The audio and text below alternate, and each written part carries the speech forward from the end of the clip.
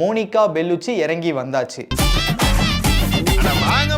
ஆயுர்வேதம் ஒரு பொக்கிஷம், நம் ஆயுள் நீட்டக்கும் அற்புதம். டாக்டர் ஸ்ரீவர்மாஸ்.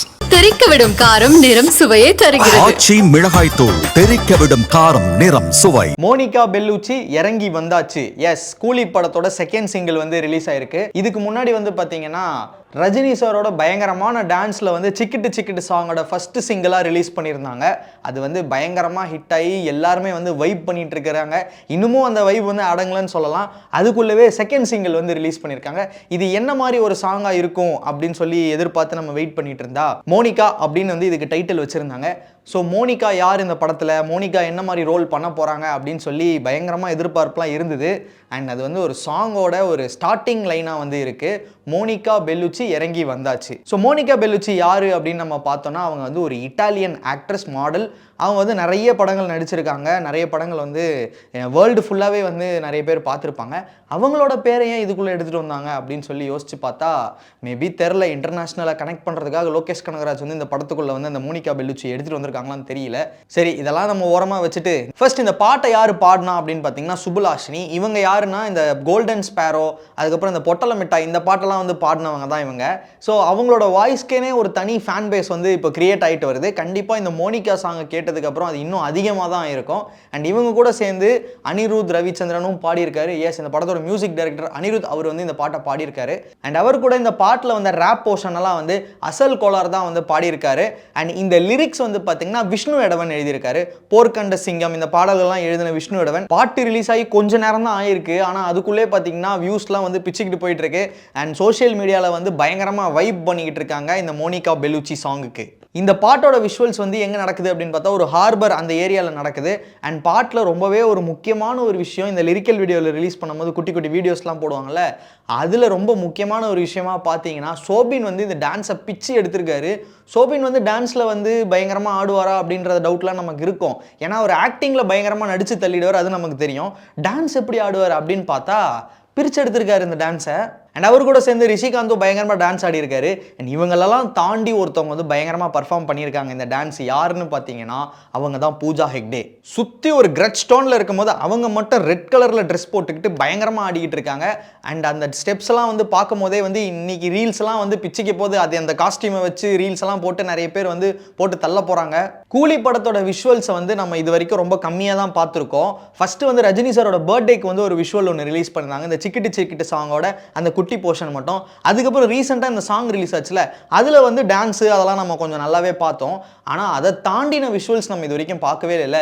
அது இந்த மோனிகா சாங்கில் இருக்குது. ஏதோ ஒரு ஹார்பரில் ஏதோ ஒரு டீலிங் நடக்குது, அந்த இடத்துல ஒரு செலிப்ரேஷன் சாங் மாதிரி இது வர மாதிரி இருக்குது. அண்ட் கூலி படத்தில் நடிக்கிறவங்களோட லிஸ்ட்டு பார்த்தீங்கன்னா அது வந்து பெருசாக போய்கிட்டே இருக்கும். அதில் வந்து சோபின் அவர்களோட கேரக்டர் மட்டும் இதில் சும்மா காட்டியிருக்காங்க.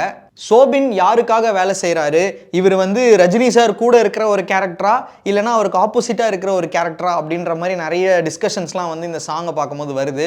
ஸோ எனக்கு தெரிஞ்சு ஒருவேளை இவர் நாகார்ஜுனா கூட இருக்கிற ஒரு கேரக்டராக இருப்பார் அப்படிங்கிற மாதிரியும் நிறைய பேர் வந்து யோசிக்கிறாங்க. அண்ட் முக்கியமாக இந்த சாங்கோட விஷுவல்ஸ், இந்த சாங்கை கேட்கும் போது வந்து பார்த்தீங்கன்னா இது ஒரு அன்லைக் லோகேஷ் கனகராஜ் படத்தில் வர ஒரு சாங் மாதிரியே இல்லை. யூஸ்வலாக லோகேஷ் கனகராஜ் படத்தில் சாங்ஸே பெருசாக இருக்காது. அண்ட் ரீசெண்ட் டைம்ஸாக தான் சாங்ஸை கொஞ்சம் ஆட் பண்ண ஆரம்பிச்சிருக்காரு. ஸோ இந்த சாங் வந்து அவரோட படங்கள்லே வராத ஒரு ஃப்ளேவரில் இருக்குது. இது ஃபஸ்ட்டு வந்து பார்த்தீங்கன்னா இந்த ஒரு ஐட்டம் சாங் அந்த ஒரு டைப்பில் தான் இருக்கும் அப்படிங்கிற மாதிரி தான் பார்த்தோம். ஸோ லோகேஷ் கனகராஜ் இந்த சாங் மூலயமா வந்து இது அவரோட படத்தோட ஜானரில் தான் இருக்க போகுது. ஆனால் சில முக்கியமான விஷயங்கள்லாம் வந்து ஒரு புதுசாக ட்ரை பண்ண போகிறாரு அப்படிங்கிற மாதிரி தான் ஃபீல் ஆகுது. ஒருவேளை இந்த மோனிகா சாங்கில் ரஜினி சார் டான்ஸ் ஆடுவாரா, அதை வந்து தேட்டரில் பார்க்குறதுக்காக வந்து அதை கொஞ்சம் ஒதுக்கி வச்சுருக்காங்களா அப்படின்னு தெரில. ஸோ இதை நம்ம தேட்டரில் பார்க்கும்போது இந்த சாங்கோட வைப் வந்து பார்த்திங்கன்னா பயங்கரமாக இருக்கும். சிக்கிட்டு சிக்கிட்டு சாங் வந்து எப்படி ஒரு டான்ஸ் நம்பரோ அதே மாதிரி தான் வந்து இந்த மோனிகா சாங்கும் ஒரு பயங்கரமான டான்ஸ் நம்பராக இருக்குது.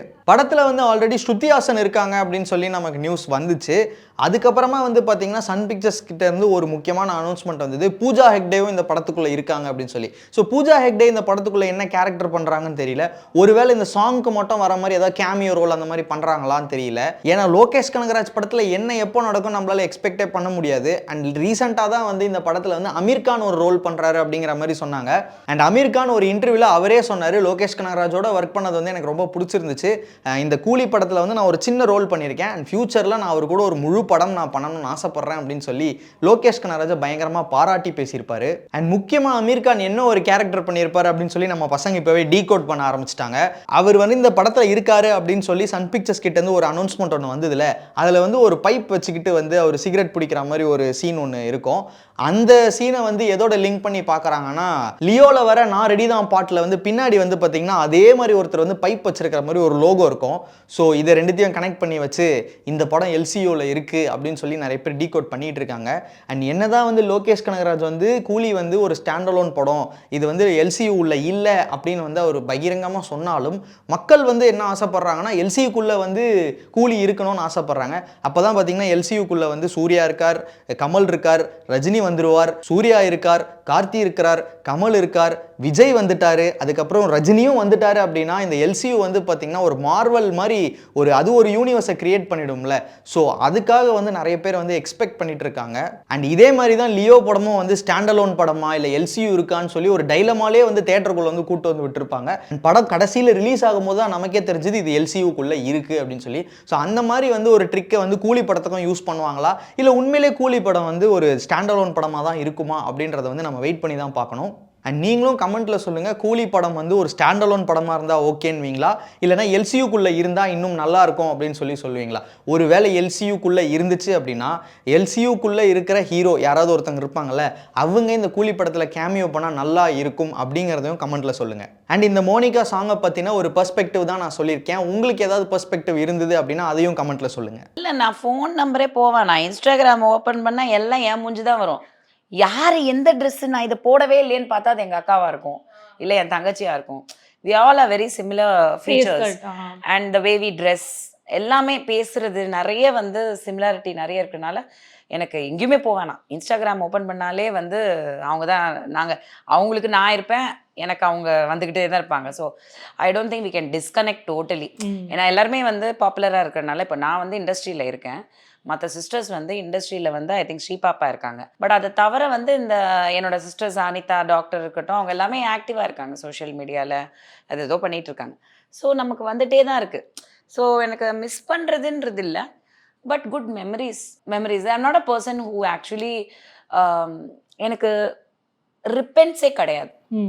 நான் வந்து ஐயோ இப்படி ஆயிடுச்சே, இல்லை இப்படி இருந்திருக்கலாமே, இது நடந்துருச்சே அப்படின்ற ஃபீல் பண்ணுவோம் இல்லையா? ஒரு விஷயத்தை இழந்ததோ தொலைச்சதோ ஒரு வாய்ப்பை விட்டதோ, it could be anything. Love கூட வந்து பழைய லவ் வந்து பிரேக்கப் ஆனாலும் மறக்க முடியாமல் அதையே யோசிச்சுட்டு நிறைய பேர் இன்னும் மனசுக்குள்ள வேற கல்யாணத்தில் கூட இருப்பாங்க, ஆனாலும் அந்த லவ்வை வந்து இன்னமும் அவங்களால மறக்க முடியாது, அந்த மாதிரிலாம் இருக்கும். பட் எனக்கு வந்து I'm a very practical person from the beginning. Probably because ஏன்னா நான் வாழ்க்கையில் நிறைய விஷயங்கள் சந்திச்சு அதோட அனுபவங்கள் வந்து எனக்கு நிறைய சொல்லி கொடுத்துருக்கு. ஸோ எனக்கு அந்த டிட்டாச்மெண்ட் ரொம்ப ஜாஸ்தி ஆயிடுச்சு. ரஜினி அங்கிளுக்கு வந்து எல்லாருக்குமே சொல்கிற ஒரு விஷயம், அவர் நிறைய பேருக்கு இதை பற்றி சொல்லியிருக்காரு, எங்கள் அம்மாவுக்கு சொல்லி கொடுத்துருக்காரு, அதனால் எனக்கு தெரியும். மம்மி தான் எனக்கு அதை சொன்னாங்க. I've become a very detached person. எனக்கும் அட்டாச்மெண்ட்ஸ் வருது. ஐ வாண்ட் டு, எனக்கு ஒரு விஷயம் பழகிடுச்சு, ஒருத்தங்க பழகிட்டாங்கன்னா நமக்கு அந்த அவங்க மேலே டிபெண்ட் பண்ணுறது எல்லாருமே நார்மல் இல்லை, ஹியூமன் பீயிங், அது இயல்பு. ஸோ அது எனக்கு இருக்குது. ஆனால் அது நடக்கலை, அவங்க இல்லை, இப்போ நம்ம கூட நம்ம அதை தாண்டி வேறு எதுக்கு போயிட்டோம், அவங்க வேறு எதுக்கு போயிட்டாங்க. You keep going. ஏன்னா நம்மளோட பாதை மட்டும்தான் நம்மளோடது. கூடவே ஒருத்தரை இழுத்துனே போனோன்னா அது முடியாது. It's not possible, very rare. So even children, ஒரு லெவலுக்கு மேலே children have to, there will be a road where that Jovika has to take that road. அவளோட ஆம்பிஷன்ஸை பார்க்கறதுக்கு அவ வேற ஷூட்டிங் போகணும், அவ வேலைக்கு போகணும், நானும் பின்னாடியே தெரிய முடியாது. Because I am not that mother also.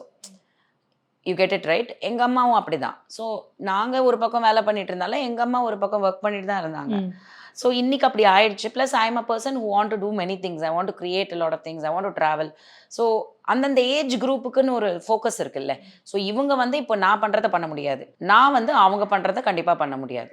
So கண்டிப்பாக வந்து அந்த டிட்டாச்மெண்ட்ன்றதை கற்றுக்கிட்டனால எனக்கு இந்த ரொம்ப மிஸ் பண்ணுறேன் அது ஃபீல்லாம் முடிஞ்சிருச்சு. அது ஒரு ஸ்டேஜ் ரொம்ப இருந்தது, ரொம்ப எமோஷ்னலாக இருந்தேன், கோவப்பட்டேன், அதனால பல விளைவுகளை கூட சந்திச்சிருக்கேன். But at the end of the day I found my piece. I am happy. Good memory, every thing is a memory, அவ்வளோதான். Just because of that, you still talk to your uncles and your aunts. And... I mean relations extended family எல்லாருமே என்கிட்ட டச்சில் தான் இருக்காங்க. இந்த ஒரு 6-7 character தான் வந்து over action பண்ணிட்டு சுற்றிட்டு இருக்குது. அது என்ன பண்ண முடியும்? Okay, so I believe only one thing. ஊருக்கெல்லாம் போய் உபதேசம் பண்ணி நீங்கள் இப்படி இருங்க அப்படி இருங்க அப்படின்னு போஸ்ட் போடுறாங்க, அதையும் நான் பார்க்குறேன். நீங்கள் அப்படி இருக்கீங்களா அப்படிங்கிறத நீங்கள் அவங்கவுங்கள கேட்டுக்கணும் முதல்ல. அது அது I cannot comment on that. So என்னோட மனசாட்சி ரொம்ப கிளியராக இருக்குது. நான் யார்கிட்ட இருந்தும் எதுவும் ஏமாத்தலை, யார்கிட்டையும் எதுவும் நான் இது பண்ணலை. மனஸ்தாபங்கள் இருந்திருக்கு, 2 பக்கமும் தவறு இருந்திருக்கு. ஆனால் அதை சார்ட் அவுட் பண்ணுறதுக்கு ஒரு வழி இருக்குது. அதுதான் வந்து குடும்பங்கிறது. ஆனால் நம்ம எவ்வளோ எஃபர்ட் எடுத்தோம், அவங்க சைட்லேருந்து அது கரெக்டான ஒரு ரெஸ்பான்ஸ் இல்லாமல் அவமரியாதையிலேயே போய் முடிஞ்சு, அப்போ பாசம் அன்புக்கு அர்த்தமே தெரியல எனக்கு. பணங்காசுக்கு மட்டும்தான் வேல்யூ இருக்குன்ற ஒரு உலகத்தில் அன்பு பாசத்தை வந்து நம்ம எல்லா இடத்துலையும் எதிர்பார்க்க முடியாது. ஸோ அந்த அன்பு பாசம் எங்கே கிடைக்குதோ அங்கே தான் நம்ம அட்ராக்ட் ஆகும். ஸோ நான் அதனால தான் நான் ரொம்ப ஃபர்கிவிங். யார் ஆயுர்வேதம் ஒரு பொக்கிஷம், நம் ஆயுள் நீட்டக்கும் அற்புதம். டாக்டர் ஸ்ரீவர்மாஸ். தெறிக்கவிடும் காரம் நிறம் சுவையை தருகிறது. ஆச்சி மிளகாய் தூள் தெறிக்கவிடும் காரம் நிறம் சுவை.